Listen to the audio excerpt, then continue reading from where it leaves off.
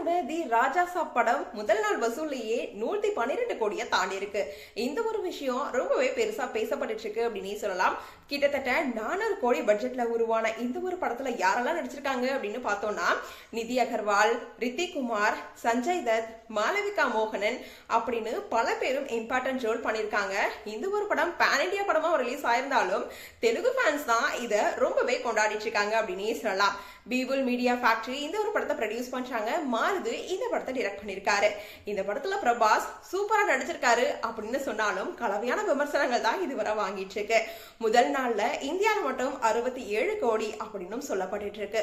அது மட்டும் இல்லாம இரண்டாவது நாள்ல கிட்டத்தட்ட 40 கோடியை இந்த ஒரு படம் வாங்கியிருக்கு அப்படின்ற தகவலும் வந்திருக்கு. இதனுடைய ப்ரொடக்ஷன் கம்பெனியே டிக்கெட்லாம் வித்துருச்சு அப்படின்ற ஒரு அனௌன்ஸ்மெண்ட்டையும் கொடுத்தாங்க. அதாவது 10 லட்சத்துக்கும் அதிகமான டிக்கெட்டும் விடப்பட்டிருக்கு. அது மட்டும் இல்லாம 112 கோடிக்கு இந்த ஒரு படம் வந்துட்டு வசூல்ல சாதனை பண்ணிருக்கு அப்படின்றதையும் ப்ரொடக்ஷன் கம்பெனியே ரிலீஸ் பண்ணிருக்காங்க. இந்த ஒரு அப்டேட்டை நீங்க எப்படி பாக்குறீங்க அப்படின்றத எங்களோட ஷேர் பண்ணுங்க. தொடர்ந்து அப்டேட்ஸ் பார்க்கணும் அப்படின்னா லைக் பண்ணுங்க, ஷேர் பண்ணுங்க. மறக்காம ஃபிலிம் பல்ஸ் சேனலை சப்ஸ்கிரைப் பண்ணுங்க.